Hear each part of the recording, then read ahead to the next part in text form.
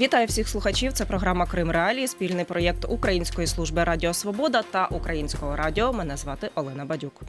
Європейський суд з прав людини розпочав розгляд справ щодо заборони Росією меджлісу кримськотатарського народу.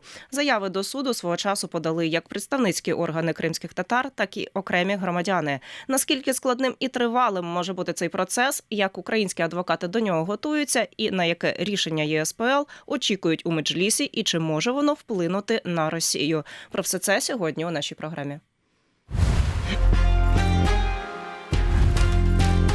Тема дня.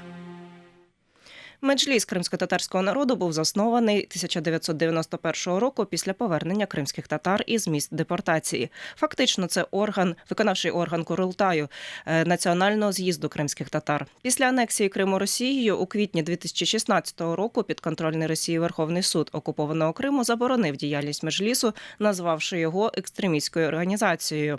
Сторона захисту зі свого боку направила апеляцію до Верховного суду Росії, проте у вересні того ж 2016 року цей суд відхилив апеляцію. Ініціатива цієї заборони походила від екс-прокурорки анексованого Криму, колишньої депутатки Держдуми Росії Наталії Поклонської. Формальним приводом для заборони стало звернення до Російської прокуратури Криму декількох проросійських громадських організацій кримських татар зі звинуваченням меджлісу у так званій блокаді Криму.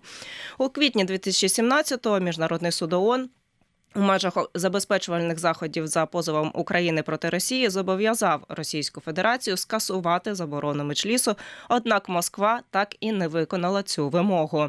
Прес-секретар президента Росії Дмитро Пісков заявляв, що питання про заборону діяльності меджлісу є начебто внутрішнім російським питанням і Росія не має наміру прислухатися до рекомендацій зовні. 2017 року меджліс подав скаргу до Європейського суду з прав людини. У скарзі зазначили, що дії російської влади порушують статтю 11 про свободу зібрань і об'єднань Європейської конвенції про захист прав людини і основних свобод. Також заявники зазначили, що членів меджлісу переслідують у зв'язку з їхньою політичною позицією. Всього у скарзі вказується на порушення 5 статей конвенції. І далі про це докладніше будемо говорити з гостями нашої сьогоднішньої програми. І першим до нас долучається Рефат Чубаров, голова меджлісу кримськотатарського народу. Рефате ага, вітаю вас. Доброго дня всім. Скажіть, будь ласка, а як заборона меджлісу взагалі вплинула на ситуацію в окупованому Криму і яку роль це зіграло у ставленні окупаційної влади до кримських татар? В першу чергу незаконна заборона меджлісу кримськотатарського народу унеможливила його діяльність.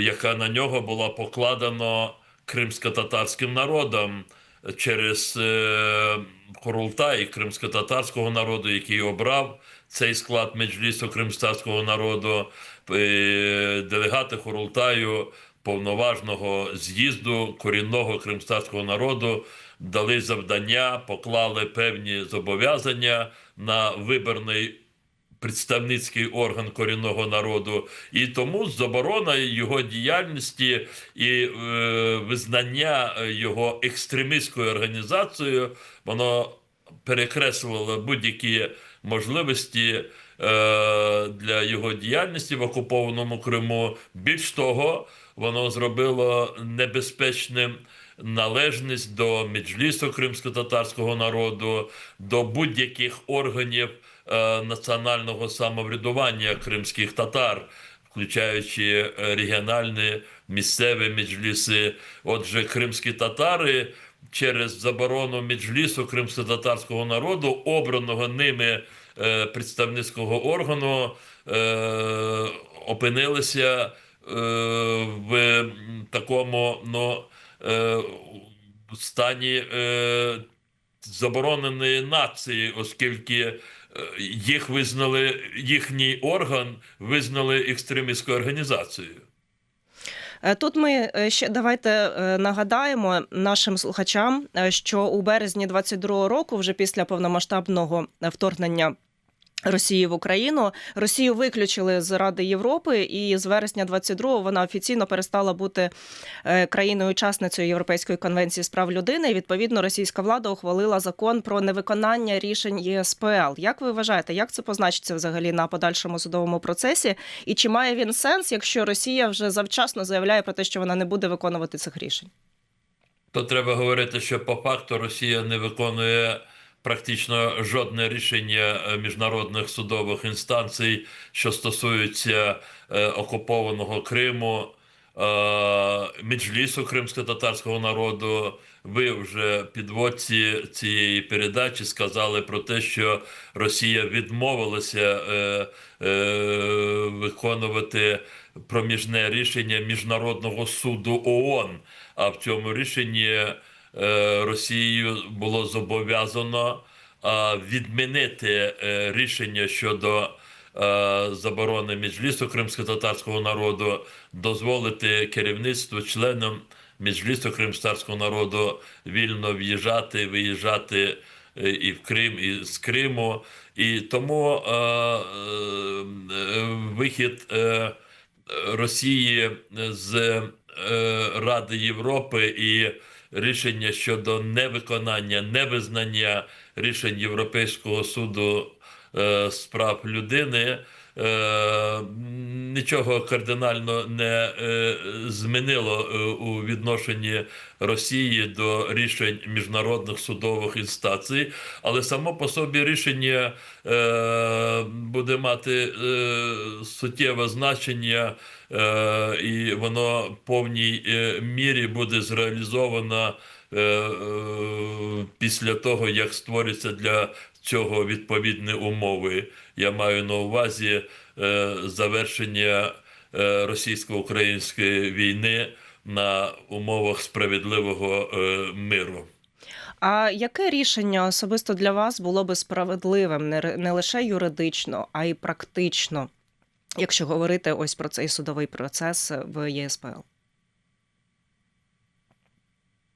При умові збереження окупації будь-яке рішення, яке зобов'яже Росію, ну, скажімо, відмінити заборону Меджлісу, дозволити його діяльність, або які би не були б інші рішення за умови збереження окупації, вони дійсно не зможуть бути зреалізовані. Але повторюю, що з точки зору подальшої відповідальності Росії, в тому числі за переслідування репресії проти кримськотатарського народу, за дії, що нанесли і наносять далі руйнівні наслідки для розвитку кримськотатарського народу, ці рішення будуть мати значення у подальшому. А от такі от процеси, як у ЄСПЛ, чи мають вони значення наразі, поки триває окупація Криму, поки триває її репресивна політика щодо кримськотатарського народу, принаймні в тому, що це лунає і має якусь інформаційну таку функцію, чи, можливо, ще якось впливає? Ну, я ще раз хочу сказати, що ми маємо здійснювати всі дії, які закладатимуть і закладають фундамент справедливого миру, а справедливий мир, він неможливий без покарання країни-агресора в цілому, злочинців міжнародних, які здійснюють цю війну. І тому рішення щодо незаконних дій Росії проти Меджлісу кримськотатарського народу, вони знаходяться в місці, в цих діях, які створюють цей фундамент усталеного миру. Ну, крім того, зрозуміло, що ці рішення, вони мають значення для людей, які живуть в окупованому Криму. Кримські татари, багато людей інших етнічних походжень, які не сприймають російську окупацію, які очікують на звільнення Криму від російських окупантів, вони отримують підтримку от своїм очікуванням, своїм надіям. А ті, які колаборують з окупантами, які могли би піти ще на інші якісь форми співпраці, а можливо і злочинів проти нормальних людей в Криму, вони можуть в якійсь мірі задуматися, що їх може чекати після звільнення Криму. Дякуємо вам, дякуємо, що підключилися сьогодні до нашої програми. Рефат Чубаров, голова Меджлісу кримськотатарського народу, був з нами на зв'язку.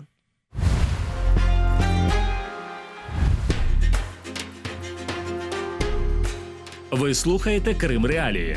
Світ має право знати. Значну кількість справ членів Меджлісу у Європейському суді з прав людини веде Українська Гельсінська спілка з прав людини, яка подавала до Євросуду заяву самого Меджлісу. І до нас долучається Юлія Коваленко, адвокатка і юристка Центру стратегічних справ Української Гельсінської спілки з прав людини. Пані Юлія, вітаю вас в нашому ефірі. Вітаю. А скажіть, будь ласка, чому ЄСПЛ знадобилося аж 8 років для того, щоб почати розгляд справи щодо заборони Росії Меджлісу кримсько-татарського народу? Ми вже трошки розповіли у попередній частині нашої програми перед історією, якби що цьому передувало і як розвивалися події. А чому аж 8 років? Насправді це складне питання, на нього немає однозначної відповіді, тому що всі справи, які розглядає суд, вони розглядаються порядку залежно від тяжкості порушення, від тих прав, які порушуються державою-відповідачем. І в ситуації з кримськими справами тут було ще питання в тому, що суд паралельно розглядав міждержавну справу і індивідуальні справи, і рішення по індивідуальним справам може бути винесено після розгляду міждержавної справи. Тому на сьогодні вже рішення в міждержавній справі Україна проти Росії щодо Криму винесено, і суд перейшов до активної стадії розгляду індивідуальних заяв. А що буде відбуватися ось протягом цього розгляду і наскільки цей процес може бути тривалим? Тут так само, на жаль, я не можу сказати точно, скільки часу це може зайняти, тому що залежить і від складності справи, і від тих доказів, кількості доказів, які надаються заявником, державою-відповідачем. Сам процес, він побудований наступним чином, що суд ставить питання сторонам, спочатку відповідає держава-відповідач, надалі на ті ж самі питання і зауваження на позицію уряду держави-відповідача надає заявник.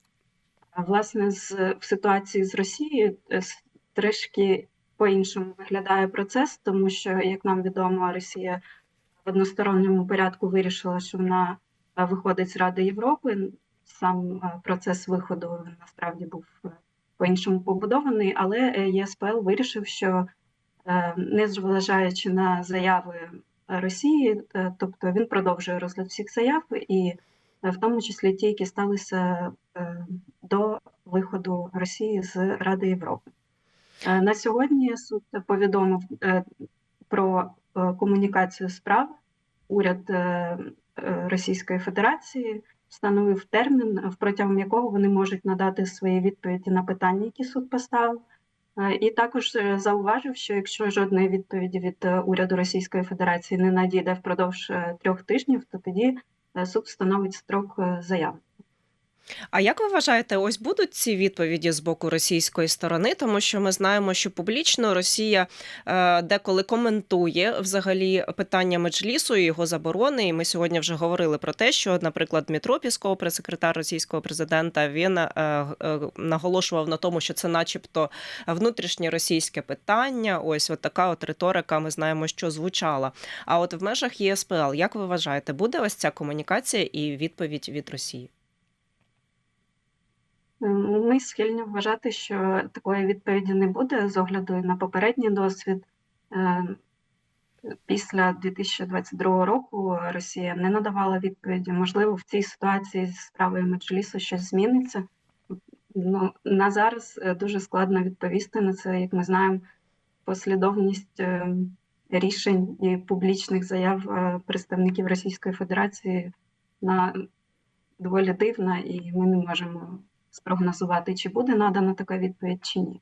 А В хто саме будь-якому має разі, відповісти? Російський уряд саме, так? Тобто Мін'юст? так, зазвичай в державі є урядовий уповноважений у справах Європейського суду з прав людини. Угу. Ну, а в даному випадку ми розуміємо, що він навряд чи є. Ну, так. Тому А за яке і рішення ви складно будете сказати. боротися, пані Юлія? Розкажіть, будь ласка, нам трошки докладніше. І яка кількість аргументів у вас вже для цього є? Ми, власне, будемо боротися за те, щоб було встановлено порушення щодо всіх прав, стосовно яких була подана скарга, і будемо максимально повно відповідати на всі ті питання, які поставив Європейський суд з прав людини.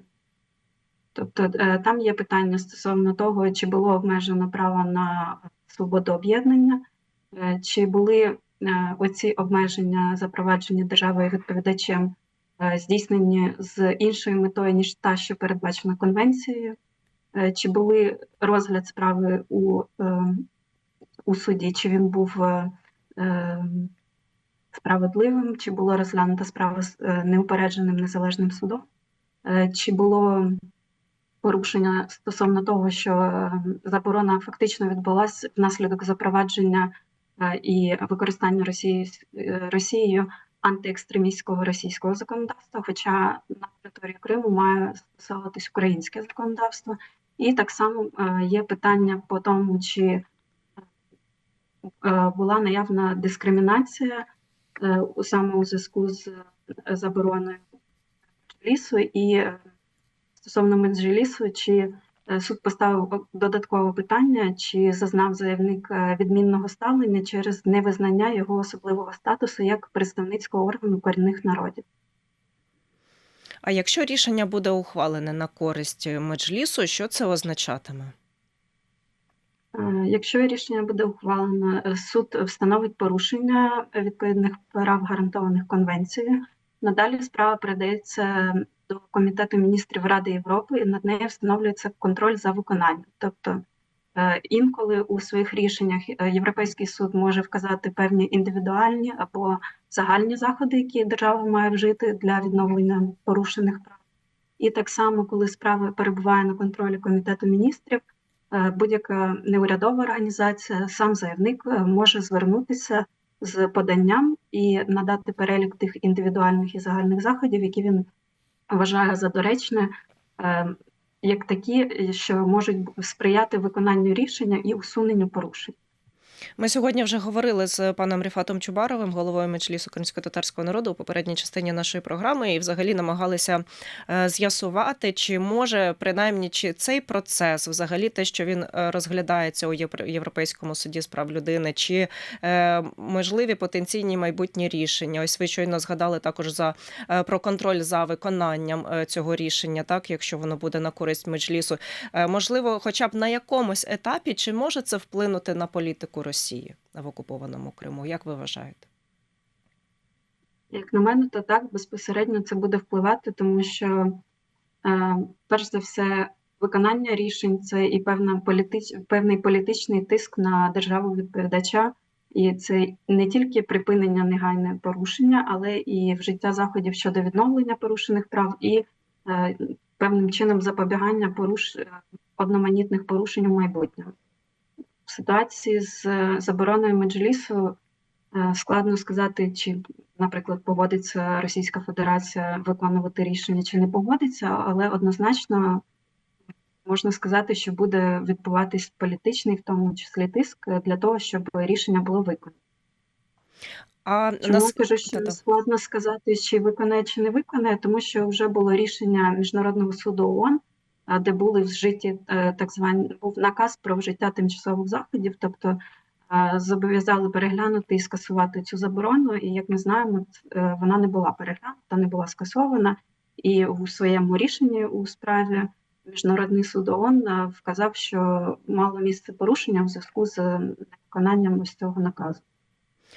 Тобто можна так якби проасоціювати, що з рішенням ЄСПЛ може бути так само, чи якщо, можливо, в Росії якийсь політичний контекст зміниться, то тоді вже рішення це можуть якось переглянути, але знову ж таки на це потрібні роки і роки. Дивіться, дуже складно казати про майбутнє, особливо про майбутнє, яке залежить від якихось дій, які має вчинити Російська Федерація. Але, як ми знаємо, ніщо не вічне, і є надія на те, що рішення всі будуть виконані. У нас сьогодні головне те, щоб рішення було ухвалено. І для того, щоб воно було ухвалено, наприклад, 10 років тому ніхто не міг точно спрогнозувати, чи виграє Україна у міждержавній заяві «Україна проти Росії щодо Криму».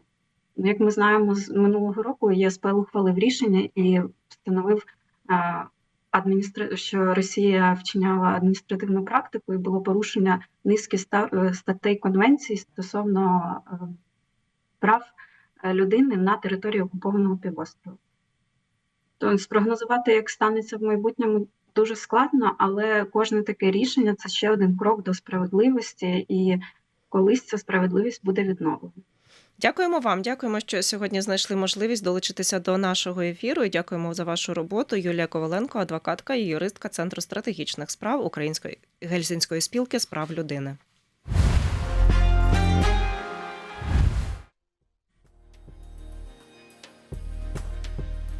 І це все на сьогодні. В студії для вас працювала Олена Бадюк. Підписуйтеся на Крим Реалії, вмикайте сповіщення про наші нові відео. Але якщо ви перебуваєте в Росії або на окупованих нею територіях, будьте обережні з лайками та репостами нашого контенту, оскільки уряд Росії визнав Крим Реалії небажаною організацією. Залишайтеся з нами, кримчани мають право знати.